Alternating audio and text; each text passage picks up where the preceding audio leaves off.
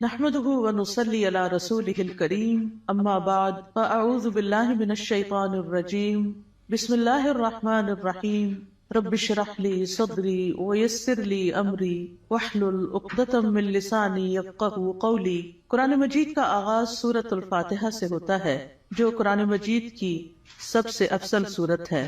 نبی صلی اللہ علیہ وسلم کسی سفر میں تھے تو ایک آدمی آپ کے پاس اترا۔ وہ کہتا ہے کہ نبی صلی اللہ علیہ وسلم نے اس کی طرف متوجہ ہو کر فرمایا، کیا میں تمہیں قرآن کے افضل حصے کے بارے میں نہ بتاؤں؟ پھر آپ صلی اللہ علیہ وسلم نے اس پر الحمدللہ رب العالمین کی تلاوت کی۔ سورۃ الفاتحہ ایک بے مثال سورت ہے۔ رسول اللہ صلی اللہ علیہ وسلم نے فرمایا، اللہ عز و جل نے ام القرآن فاتحہ جیسی سورت نہ تو تورات میں نازل فرمائی اور نہ ہی انجیل میں، اور یہی سبع مثانی ہے۔ اور اللہ تعالیٰ فرماتے ہیں کہ یہی سورت میرے اور میرے بندے کے درمیان تقسیم شدہ ہے، اور میرے بندے کو وہی ملے گا جو وہ مانگے گا۔ اعوذ باللہ من الشیطان الرجیم بسم اللہ الرحمن الرحیم۔ اللہ کے نام سے ابتدا جو بہت مہربان نہایت رحم فرمانے والا ہے۔ قرآن مجید کی جب ابتدا کی جاتی ہے، آغاز کیا جاتا ہے، تو سب سے پہلے تعوذ پڑھا جاتا ہے کہ میں اپنے آپ کو اللہ کی پناہ میں دیتی ہوں شیطان مردود سے بچنے کے لیے۔ شیطان مردود کبھی بھی نہیں چاہتا کہ انسان سیدھے راستے کی طرف چلے، اور قرآن کا راستہ ہی سیدھا راستہ ہے۔ نبی صلی اللہ علیہ وسلم کا دیا ہوا راستہ ہی دراصل سیدھا راستہ ہے، لیکن شیطان کبھی بھی یہ نہیں چاہتا کہ ہم اس قرآن سے ہدایت پائیں۔ اسی طرح جب ہم اعوذ باللہ پڑھتے ہیں تو اس کا ایک صیغہ اعوذ بکلمات اللہ بھی ہے، یعنی ایک تو ہے اعوذ باللہ اور ایک ہے اعوذ بکلمات اللہ، کہ میں اللہ تعالیٰ کے سارے کلمات کے ساتھ اللہ کی پناہ میں اپنے آپ کو دیتی ہوں۔ کیونکہ آپ دیکھیے کہ اللہ سبحانہ تعالیٰ کی جو مختلف مخلوقات ہیں ان میں سے یعنی شیاطین تو بری مخلوق ہیں، لیکن اس کے ساتھ ساتھ فرشتے جو ہیں وہ اچھی مخلوق ہیں۔ تو انسان کو ایک طرف جہاں شیطان بہکاتا ہے تو وہاں دوسری طرف فرشتہ اس کے دل میں اچھا خیال بھی ڈالتا ہے، اور فرشتے جو ہیں وہ ہمارا دفاع بھی کرتے ہیں۔ تو اس لیے اللہ سبحانہ تعالیٰ کی مدد کے ساتھ قرآن کا آغاز کرنا چاہیے۔ بسم اللہ الرحمن الرحیم سے اللہ کا نام لے کر جو کہ بہت مہربان نہایت رحم فرمانے والا ہے۔ الحمدللہ رب العالمین الرحمن الرحیم مالک یوم الدین ایاک نعبد و ایاک نستعین۔ سب تعریف اللہ تعالیٰ کے لیے ہے جو تمام جہانوں کا رب ہے، نہایت مہربان ہے، بار بار رحم فرمانے والا ہے، بدلے کے دن کا مالک ہے۔ ہم صرف تیری ہی عبادت کرتے ہیں اور صرف تجھ ہی سے مدد چاہتے ہیں۔ سورۃ الفاتحہ کی اہمیت کی ایک وجہ یہ بھی ہے کہ یہ سب سے زیادہ نفع مند دعا پر مشتمل ہے۔ ابن تیمیہ کہتے ہیں کہ جب میں نے غور کیا کہ سب سے نفع مند دعا کون سی ہے تو بس وہ اللہ کی رضا کے کاموں پر مدد مانگنے کی دعا ہے کہ اللہ اپنی پسند کے کاموں پر ہماری مدد فرما۔ پھر میں نے سورۃ فاتحہ کی اس آیت ایاک نعبد و ایاک نستعین میں اس دعا کو پا لیا، اور اس میں دراصل انسان اللہ کی عبادت کی بات کرتا ہے کہ اللہ میں تیرا بندہ ہوں، تیری عبادت کرتا ہوں، تیری عبادت کرنا چاہ رہا ہوں۔ اور جیسا کہ آئندہ رمضان آ رہا ہے تو اس میں ہم عام دنوں سے زیادہ انشاءاللہ اللہ تعالیٰ کی عبادت کریں گے۔ تو یہ عبادت جو ہے یہ اللہ سبحانہ تعالیٰ کی محبت کا نام ہے، یعنی عبادت کے 3 ارکان ہوتے ہیں، جن میں سب سے پہلا رکن جو ہے کمال درجے کی محبت ہونا۔ والذین آمنوا اشد حبا للہ، وہ لوگ جو ایمان لائے اللہ کی محبت میں سب سے زیادہ شدید ہوتے ہیں۔ دوسری بات یہ ہے کہ کامل درجے کی امید ہونا، وَيَرْجُونَ رَحْمَتَهُ، کہ وہ اس کی رحمت کی امید رکھتے ہیں۔ اور تیسرے اللہ تعالیٰ کا کامل خوف ہونا، یعنی یہ 3 چیزیں انسان کے اندر ہوں تو انسان عبادت گزار ہوتا ہے۔ اللہ کی محبت، اللہ کا خوف اور اللہ سے امید بھی۔ اور اللہ تعالیٰ کے علاوہ کسی اور کی عبادت کرنا جائز نہیں، اور عبادت اللہ کا حق ہے۔ اور ایاک نستعین کا مطلب ہے کہ ہم تجھ سے مدد چاہتے ہیں۔ تو جب نبی صلی اللہ علیہ وسلم نے فرمایا کہ جب تم مانگو تو اللہ سے مانگو، اور جب تم مدد چاہو تو اللہ سے مدد چاہو، کیونکہ دراصل اللہ ہی ہر چیز پر قادر ہے اور وہی انسان کو مدد دے سکتا ہے۔ جہاں تک اللہ عز و جل کی مخلوق کے علاوہ صرف اللہ سے مدد طلب کرنا ہے تو یہ اس لیے کیونکہ بندہ اکیلا اپنے فائدوں کے حصول اور اپنے نقصانوں کو ہٹانے سے عاجز ہے.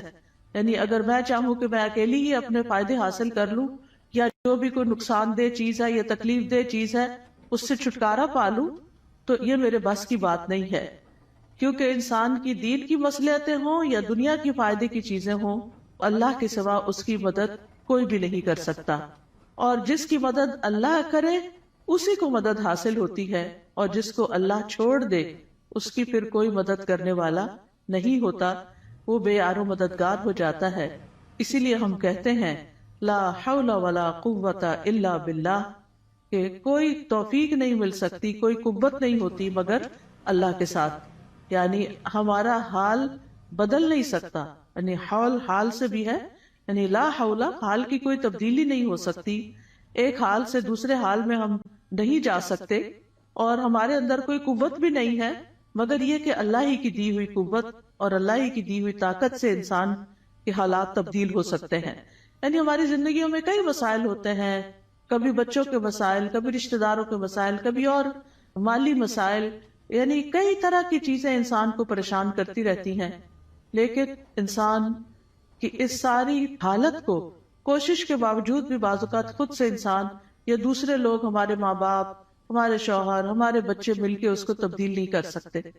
آپ نے دیکھا ہوگا جب انسان پریشان ہوتا ہے تو کبھی کسی کے پاس جاتا ہے، کبھی کسی سے دکھ بیان کرتا ہے، کبھی کسی سے مشورہ کرتا ہے، لیکن ساری باتیں کر کے چھوڑ دیتے ہیں، ہوتا ہوا تھا کچھ نہیں. ایسے میں انسان کو ٹھیک ہے مشورہ کر لینا چاہیے، مدد لینی چاہیے، لیکن اللہ سبحانہ وتعالیٰ سے ہی اصل میں مدد لینی چاہیے اور خوب خوب دعائیں کرنی چاہیے. اور اگر یہ کلمہ بھی بار بار انسان پڑھتا رہنا، ایاک نعبد و ایاک نستعین، کہ صرف تیری ہم عبادت کرتے ہیں اور تجھ سے ہم مدد چاہتے ہیں، تو انشاءاللہ اللہ کی مدد آئے گی. بندہ کس کس کام میں اللہ کی مدد کا محتاج ہے؟ اپنے روزمرہ کے مسائل کے حل کے لیے تو محتاج ہے ہی، اپنی خوراک کے لیے ہے، اپنے لباس کے لیے ہے، اپنی رہائش کے لیے، اپنی سب چیزوں کے لیے تو ہے ہی. لیکن خاص طور پر اللہ کی عبادت کے لیے ہم سب سے زیادہ اس کے محتاج ہیں کہ ہم اس سے مدد مانگے. تو انسان اللہ تعالیٰ کے احکام بجا کے نہیں لا سکتا جب تک انسان کو اللہ کی مدد حاصل نہ ہو. برائی چھوڑنا چاہتے ہیں، اپنی کوئی بری عادت چھوڑنا چاہتے ہیں، تو ہم اس کو چھوڑ نہیں سکتے جب تک اللہ کی مدد ہمیں حاصل نہ ہو. اسی طرح دنیا میں ہماری جو تقدیر ہے، اس تقدیر میں جو غم لکھے ہیں، ان غموں سے چھٹکارا نہیں پا سکتے جب تک کہ اللہ کی مدد حاصل نہ ہو. تو اس لیے بہت ضروری ہے کہ ہم دنیا کے معاملات میں بھی اللہ کی مدد لیں، اور پھر موت کے وقت، یعنی موت کے وقت کی جو سختیاں ہیں، اور قیامت اور برزخ یعنی قبر کے عذاب اور قبر سے متعلق جو مشکلات ہیں، اور قیامت کے دن کی جو ہولناکیاں ہیں، ان سب میں بھی ہمیں اللہ سے مدد لینی چاہیے. ان سب کاموں میں اللہ عز و جل کے سوا کوئی بھی مدد کرنے کی طاقت نہیں رکھتا. تو جو شخص اللہ کی مدد طلب کرنے کا حق ادا کرتا ہے تو اللہ تعالیٰ ان کاموں میں اس کی مدد بھی کرتا ہے. اہدنا الصراط المستقیم، تو ہمیں سیدھا راستہ دکھا، کیونکہ ہدایت سب سے بڑی ضرورت ہے جو انسان مانگتا ہے اللہ تعالیٰ سے. یعنی مانگنے کی چیزیں تو بہت ہے، لیکن سب سے اہم ترین چیز جو ہے وہ ہدایت ہے، کہ اللہ تعالیٰ ہمیں ہدایت عطا فرمائے. کیونکہ ہدایت جس کو مل گئی تو وہ متقین میں سے ہو جائے گا، اور جس کے اندر تقویٰ آ گیا اس کو مزید ہدایت بھی ملے گی. اور جو متقین میں سے ہو جائے گا تو من یتق اللہ یجعل لہ مخرجا ویرزقہ من حیث لا یحتسب، جو اللہ سے ڈرے گا وہ اس کے لیے نکلنے کا کوئی راستہ بنا دے گا اور اسے وہاں سے رزق دے گا جہاں سے وہ گمان بھی نہیں کرتا ہوگا، یعنی جہاں سے وہ سوچ بھی نہیں سکتا. تو اس لیے انسان کو ہدایت کی ضرورت ہے اور ہدایت اللہ سے مانگتے ہی رہنا چاہیے. آپ دیکھیے کہ حیرانی کی بات ہے کہ دن میں 5 نمازوں کی ہر رکعت میں ہم سورۃ فاتحہ پڑھتے ہیں. سورۃ فاتحہ کے اندر ہم اللہ سے ہدایت ہی مانگتے رہتے ہیں کہ اللہ تو ہمیں ہدایت دے دے، ہمیں ہدایت دے دے. یعنی انسان کو مل بھی جائے تو بھٹکنا بڑا آسان ہوتا ہے، دل کا ٹیڑھا ہونا بڑا آسان ہوتا ہے. تو اس لیے بہت ضروری ہے کہ ہم سب دل لگا کے یہ دعا کرتے رہیں. نبی صلی اللہ علیہ وسلم ایک اور دعا بھی کرتے تھے، اللہم انی اسألک الہدی والتقی والعفاف والغنی، کہ اے اللہ میں تجھ سے ہدایت، تقوی اور پاک دامنی اور دل کا غنا مانگتا ہوں. اسی طرح ایک اور دعا ہے، اللہم اہدنی وسددنی، اے اللہ تو مجھے ہدایت عطا فرما اور سیدھا رکھ، یعنی درست رکھ کہ ادھر ادھر نہ ہو جاؤں۔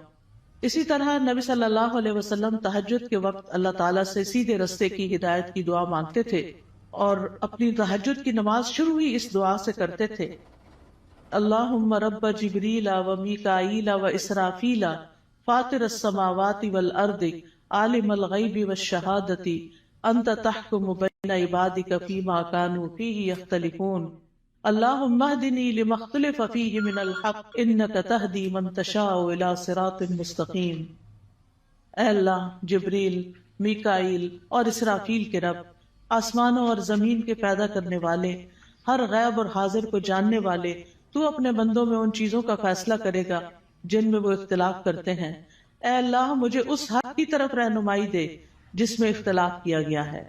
یقیناً تو جس کو چاہتا ہے سیدھے رستے پہ چلاتا ہے، یعنی جن چیزوں میں لوگ اختلاف کر رہے ہیں کہ یہ سیدھا رستہ ہے کہ نہیں، تو اللہ مجھے اس میں سیدھا رستہ دکھا دے۔ اب دیکھیں، ایک تو ہوتا ہے کہ ہم دین کی طرف نہ آئیں، لیکن ہم جب دین کی طرف آ بھی جاتے ہیں نا، تو اس میں بھی لوگ، کوئی کہتا ہے یہ کرو، کوئی کہتا ہے وہ کرو، تو انسان پھر کنفیوز ہوتا ہے کہ میں کیا کروں اور کیا نہ کروں۔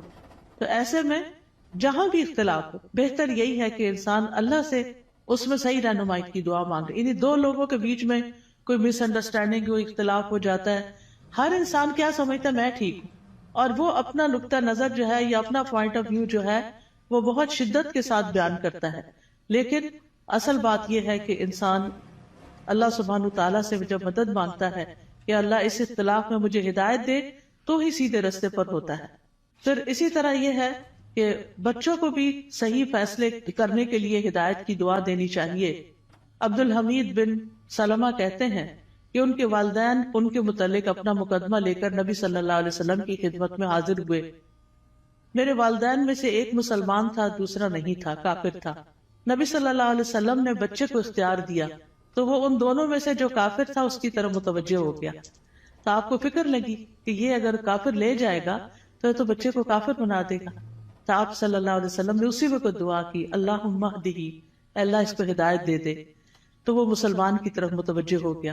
تو پھر آپ نے فیصلہ اس کے حق میں کیا، کیونکہ آپ خود سے نہیں اس بچے کو کہہ سکتے تھے یا خود سے دے نہیں سکتے تھے، وہ بچے کی چوائس پر تھا کہ وہ کدھر جانا چاہتا ہے۔ تو آپ نے اس کے لیے دعا شروع کر دی۔ اس سے پتہ چلتا ہے کہ زندگی کے چھوٹے چھوٹے معاملات میں آپ لوگوں کی فکر کتنی کرتے تھے، ان کے لیے دعائیں کیسی کرتے تھے، اور سب سے زیادہ تو ان کی ہدایت اور ان کی آخرت کی فکر۔ پھر اسی طرح یہ ہے صراط الذین انعمت علیہم، راستہ ان لوگوں کا جن پر تو نے انعام کیا۔ یعنی ہم سیدھا راستہ تو مانگتے ہیں، لیکن ہمیں یہ نہیں پتا کہ وہ کیسے پتا چلے گا، کون سا ہمارے لیے نمونہ ہے، کن لوگوں کو ہم فالو کریں۔ کیونکہ پڑھی ہوئی چیزیں، سنی ہوئی چیزیں انسان جب کرنے لگتا ہے تو طریقہ فرق ہو جاتا ہے، لیکن جب کسی کو کرتے ہوئے دیکھتا تو آسانی ہو جاتی۔ اس کی مثال ایسے ہی ہے کہ جیسے آپ اگر کسی سے ریسیپی پوچھتے ہیں کہ میں یہ فلاں چیز کیسے بناؤں، تو آپ نے دیکھا ہوگا جیسے آلو گوشت ہے مثال کے طور، تو ہر گھر کے بنانے کا طریقہ فرق، اور ہر ایک ٹائم بھی فرق لیتا ہے۔ کوئی جلدی سے بنا کے رکھ دیتا ہے، کوئی آہستہ آہستہ بناتا ہے، کوئی ایک طریقے سے، کوئی دوسرے طریقے سے۔ تو اب اگر آپ صرف ریسیپی پوچھیں گے تو ہو سکتا ہے کوئی چیز مس ہی کر دے اس میں سے۔ تو جب آپ کسی کو بناتے ہوئے دیکھیں گے، صرف ایک دفعہ دیکھنے کی ضرورت ہے، تو آپ کو بہت آسان ہو جائے گا وہ کام کرنا۔ کوئی بھی چیز ہو، جب آپ کسی کو کرتے ہوئے دیکھتے ہیں تو وہ آسان ہو جاتی۔ زبانی ایکسپلین کر کر کے انسان کہیں نہ کہیں غلطی کر جاتا ہے، کچھ نہ کچھ مس کر جاتا ہے۔ اور آج اہدنا الصراط المستقیم پہ بات ہونی تھی، تو اللہ نے ہمیں وہ گما کے آئے ہیں تو پتہ چلے کہ اگر ایک ٹرن بھی زندگی میں الٹا لیتے ہیں، کہیں غلط فیصلہ کرتے ہیں، تو کہیں سے کہیں پہنچ جاتے ہیں، بالکل ہی یعنی قریب آنے کی بجائے اور دور نکل جاتے ہیں، صرف ایک ٹرن اگر غلط لے لیں آپ۔ تو اسی طرح زندگی میں ہم صحیح جا رہے ہوتے ہیں، کہیں کوئی بیچ میں آ کے ہمیں کوئی غلط بات بتا دیتا ہے، ہم اس کے پیچھے لگ جاتے ہیں، اصل راستے کو چھوڑ کے چل بھائی وہ کہیں سے کہیں پہنچ گئے، تو وہ اللہ سے تو دور کر دیتا ہے نا انسان کو۔ تو اس لیے ہمیں یہ کہا گیا ہے کہ ان لوگوں کا راستہ مانگو جو ہدایت پر تھے، اور وہ کون تھے؟ انبیاء تھے، صدیقین تھے، شہداء تھے، صالحین تھے، نیک لوگ تھے، صحابہ کرام تھے، تابعین تھے، تبع تابعین تھے، جن کو آپ صلی اللہ علیہ وسلم نے خیر القرون میں سے قرار دیا. تو کتنا ضروری ہے کہ ہم ان لوگوں کی زندگیوں کے بارے میں پڑھیں، وہ کیا کرتے تھے. ہم آج کے لوگوں کو رول ماڈل بنا لیتے ہیں، وہ بیچارے تو خود بعض اوقات نہیں سمجھتے کہ انہیں کیا کرنا چاہیے.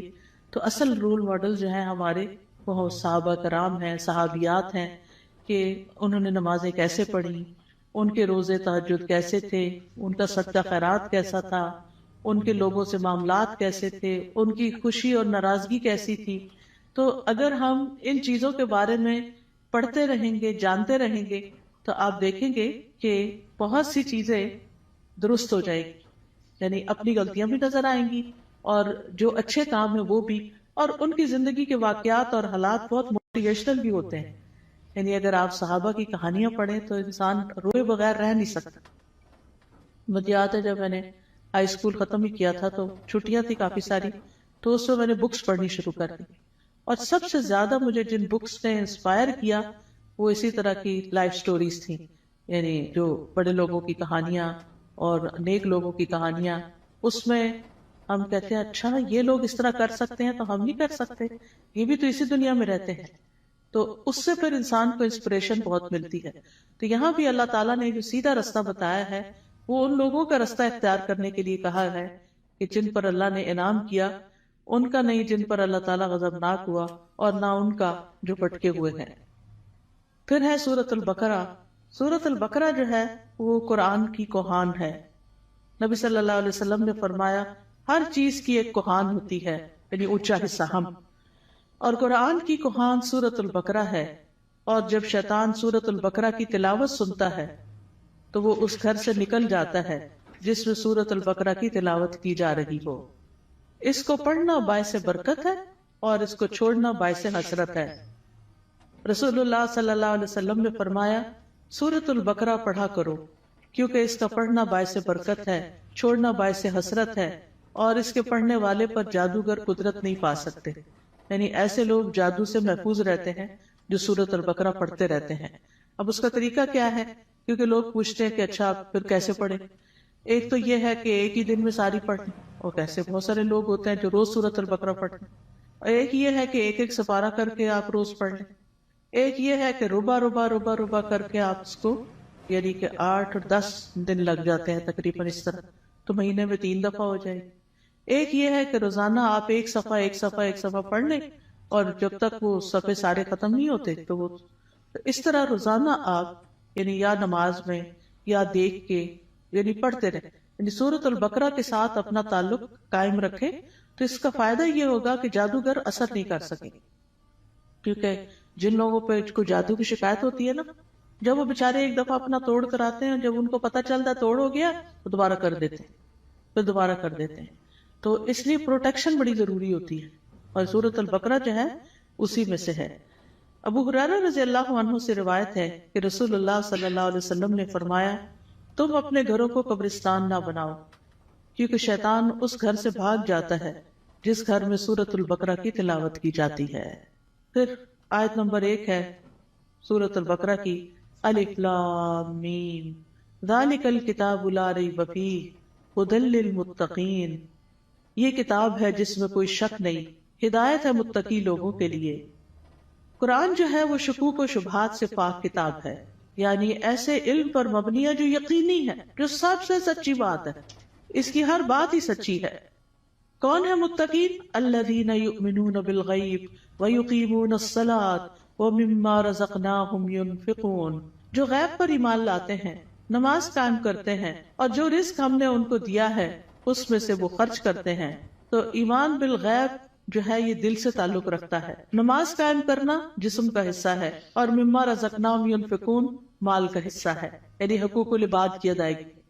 انسان اندر سے بھی اچھا ہو، انسان باہر سے بھی اللہ کی عبادت کرے، اور انسان اللہ کے بندوں اور اللہ کی مخلوق کے ساتھ بھی اچھا سلوک کرے. پھر فرمایا والذین یؤمنون بما انزل الیک وما انزل من قبلک وبالآخرۃ ھم یوقنون. اور وہ جو ایمان لاتے ہیں اس پر جو آپ پر نازل کیا گیا اور جو آپ سے پہلے نازل کیا گیا، اور وہ آخرت پر یقین رکھتے ہیں.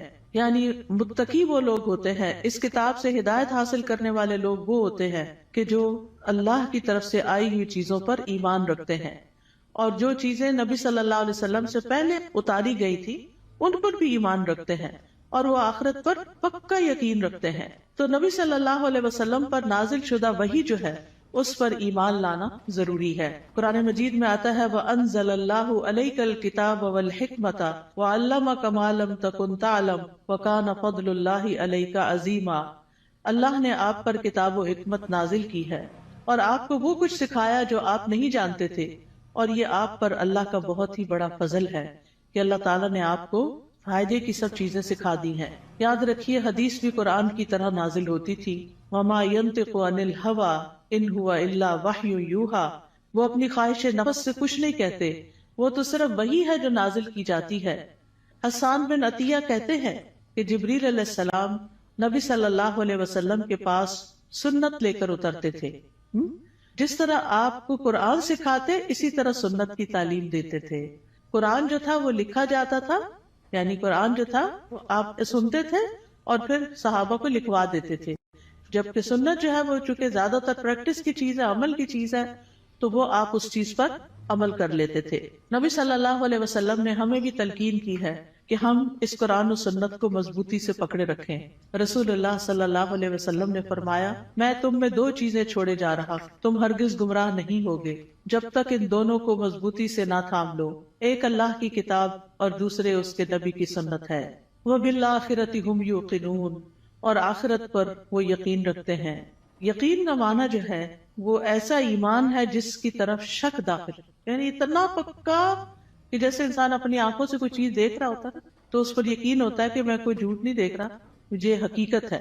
یقین جو ہے یہ علم کا سب سے اونچا درجہ ہے. یعنی یہ نہیں کہا آخرت کا علم رکھتے ہیں، آخرت کو جانتے ہیں، نہیں، اس پر پکا یقین رکھتے ہیں، ایمان رکھتے ہیں.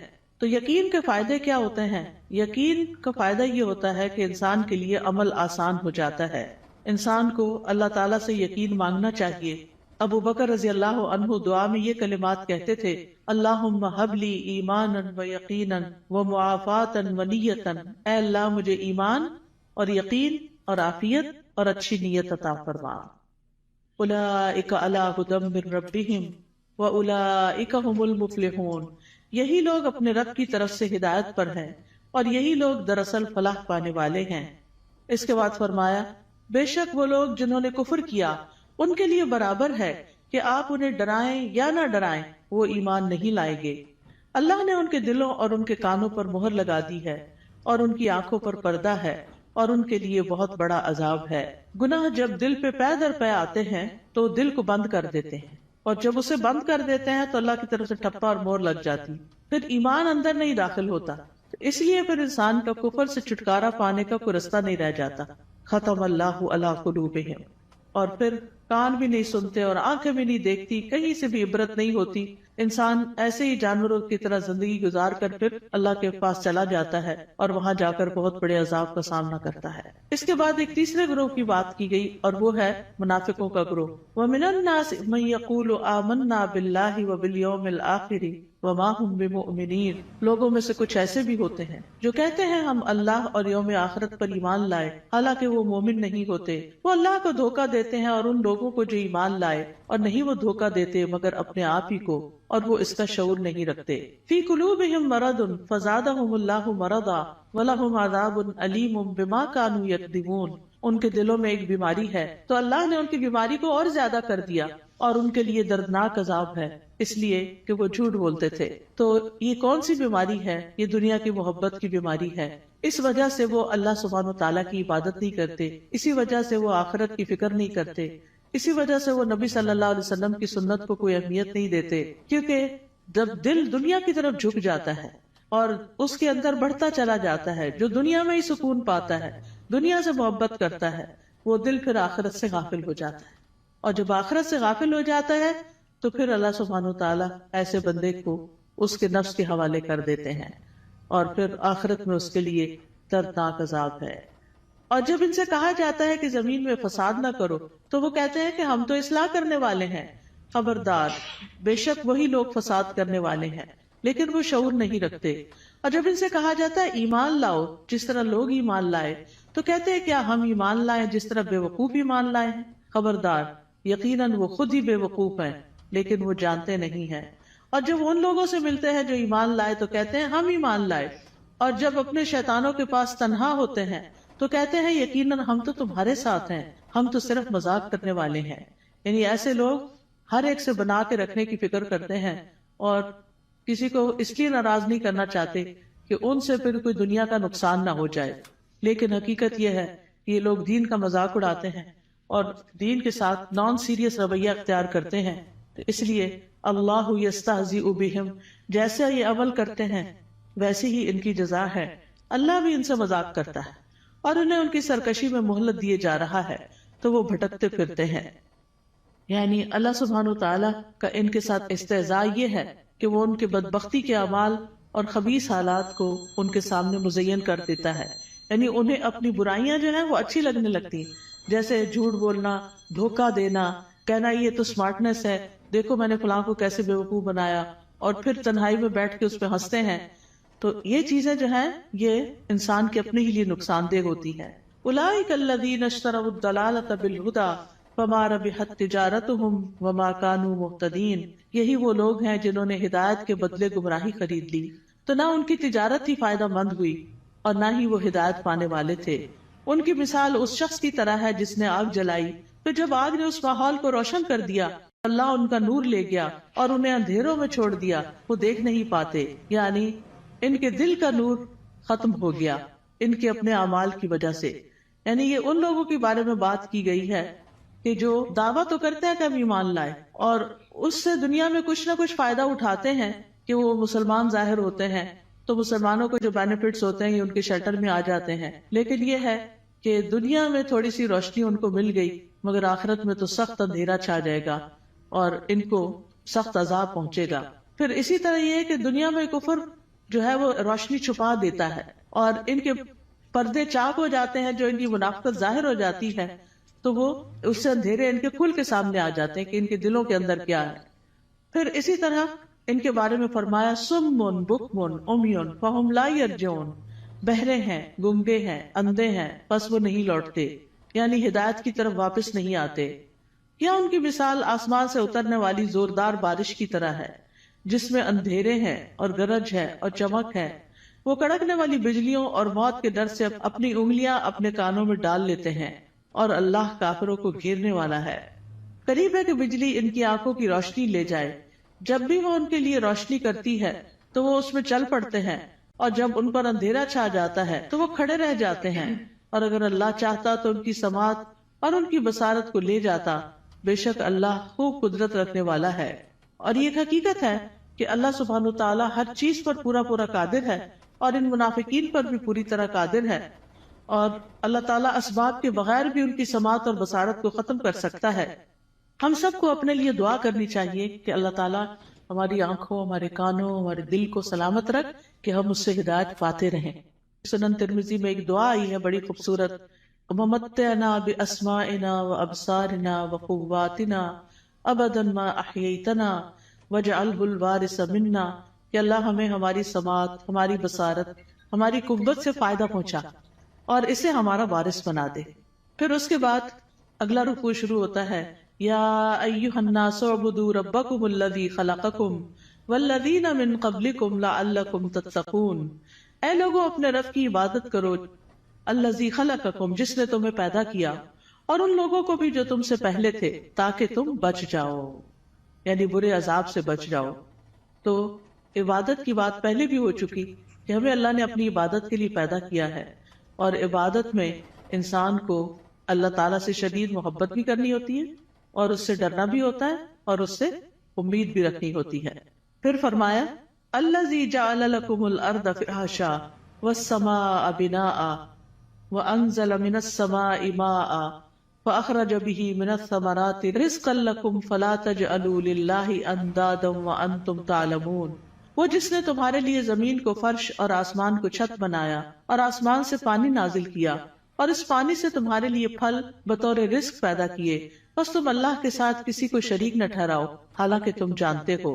اور اگر تمہیں اس قرآن میں شک ہے جو ہم نے اپنے بندے محمد پر نازل کیا صلی اللہ علیہ وسلم، تو اسی طرح کی ایک صورت تم بھی بنا لاؤ، اور اللہ کے سوا اپنے گواہوں یعنی مددگاروں کو بھی بلا لو اگر تم سچے ہو۔ فَإِن لَّمْ تَفْعَلُوا وَلَن تَفْعَلُوا فَاتَّقُوا النَّارَ الَّتِي وَقُودُهَا النَّاسُ وَالْحِجَارَةُ أُعِدَّتْ لِلْكَافِرِينَ، پھر اگر تم نے ایسا نہ کیا اور تم ہرگز نہ کر سکو گے تو بچو اس آگ سے جس کا ایندھن انسان اور پتھر ہیں، جو کافروں کے لیے تیار کی گئی ہے، اور خوشخبری دے دیجئے ان لوگوں کو جو ایمان لائے اور انہوں نے نیک عمل کیے۔ تو خوشخبریاں کس کے لیے ہیں؟ گڈ نیوز کس کے لیے ہیں؟ جو ایمان لا کر اچھے کام کرتا ہو، کہ ان کے لیے ایسے باغات ہیں جن کے نیچے نہریں بہتی ہیں، جب انہیں ان باغوں میں سے کسی قسم کا پھل کھانے کو دیا جائے گا تو وہ کہیں گے یہ تو وہی ہے جو اس سے پہلے بھی ہم دیے گئے، اور انہیں اس سے ملتے جلتے پھل دیے جائیں گے۔ وہاں ان کے لیے پاک صاف بیویاں ہوگی، اور وہ ان باغات میں ہمیشہ رہنے والے ہیں، ہمیشہ کے لیے۔ یہ کتنی بہترین جزا ہے جو نیک عمل کرنے والوں کی ہے۔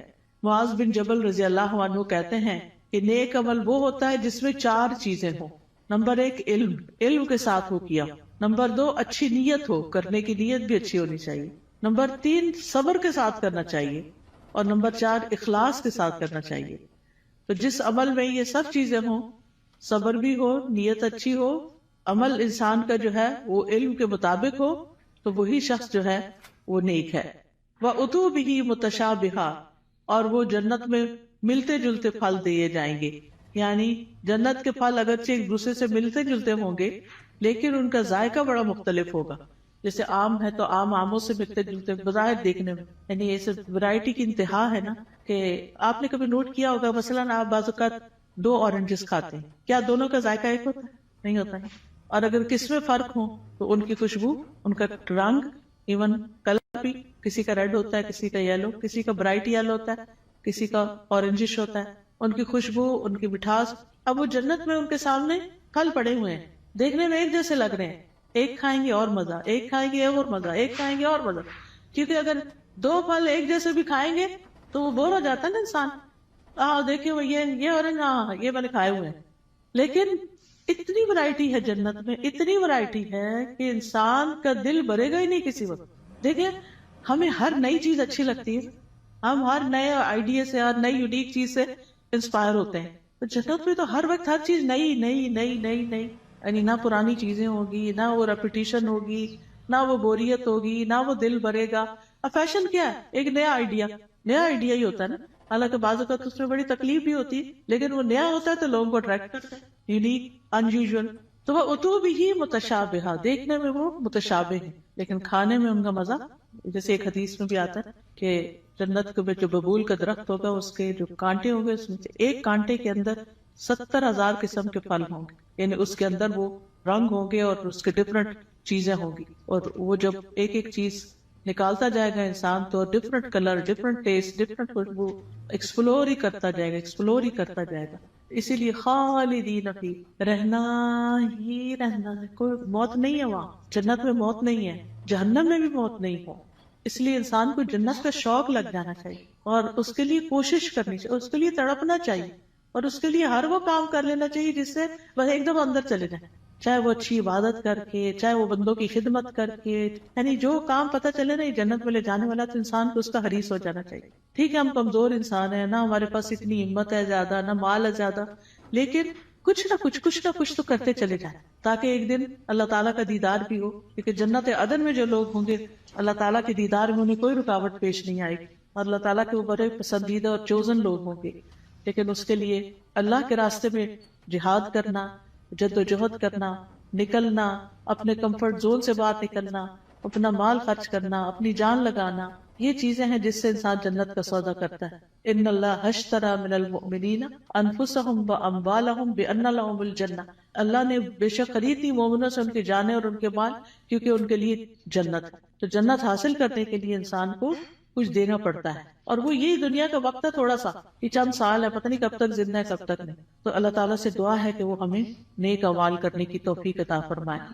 پھر بے شک اللہ اس سے نہیں شرماتا کہ وہ مادہ مچھر یا اس سے اوپر کسی چیز کی مثال بیان کرے. پھر جو لوگ ایمان لائے ہیں وہ جانتے ہیں کہ وہ ان کے رب کی طرف سے سچ ہے، اور جن لوگوں نے انکار کیا وہ کہتے ہیں اس مثال سے اللہ کی کیا مراد ہے. اللہ اس سے اکثر لوگوں کو گمراہ کرتا ہے اور اسی سے بہت سے لوگوں کو ہدایت بخشتا ہے، اور اس مثال سے گمراہ کرتا بھی ہے تو صرف فاسقوں کو. یعنی اللہ تعالیٰ جن لوگوں کو گمراہ کرتا ہے وہ اس لیے نہیں کرتا کہ اللہ چاہتا ہے یہ گمراہ ہو جائے، نہیں، اصل میں ان کے اندر ایسی کوئی علت ہوتی ہے کہ جو اس بات کا سبب بن جاتی ہے کہ اللہ تعالیٰ پھر اس بندے کو ہدایت کی بجائے الٹے رستے پہ چلا دیتا ہے.